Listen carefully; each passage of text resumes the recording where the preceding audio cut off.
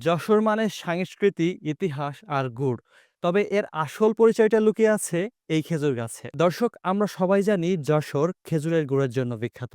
আর আজকে আমরা এমন একটি গ্রামে এসেছি যেখানে কিনা অসংখ্য খেজুর গাছ রয়েছে। এই মাঠ দেখলেই বোঝা যায় খেজুর গাছ শুধুমাত্র গুড়ের উৎস নয়, এটি যশোরের সংস্কৃতির অমূল্য এক অংশ। শীতের সকালে গাছ থেকে বেয়ে পড়ে রস, আর সেই রস থেকে তৈরি হয় যশোরের বিখ্যাত খেজুরের গুড়। যশোরের বিখ্যাত এই খেজুরের গুড় শুধুমাত্র বাংলাদেশেই নয়, এটি বিদেশের মাটিতেও অনেক বেশি জনপ্রিয়। প্রতি বছর এই খেজুরের গুড় বিক্রি করেই অনেক চাষী হন বেশ লাভবান। তাছাড়া শীতকালে ঘন কুয়াশার ভেতরে চাদর মুড়ি দিয়ে খেজুরের রস আর কিছুটা মুড়ি, এটা পান করার যে অনুভূতি সেটা একেবারেই অন্যরকম। গরমের দিনে এই খেজুর গাছ থেকে হয়তোবা কোনো লাভ হয় না, কিন্তু শীতকালে এই গাছই চাষীদের ভরসা। আপনারা দেখতে পাচ্ছেন গাছগুলো কত সুন্দর মাথা উঁচু করে দাঁড়িয়ে আছে, পাতাগুলো বাতাসে কত সুন্দর দুলছে, দেখলেই চোখ জুড়িয়ে যায়। দূর থেকে মনে হয় মাঠটা খেজুর গাছে সাজানো এক প্রকৃতির ছবি। চাষিরা এখন অপেক্ষা করছে, আর কয়েক মাস পরেই শুরু হবে শীতকাল। শীতের শুরুতেই রসের জন্য প্রস্তুত করা হবে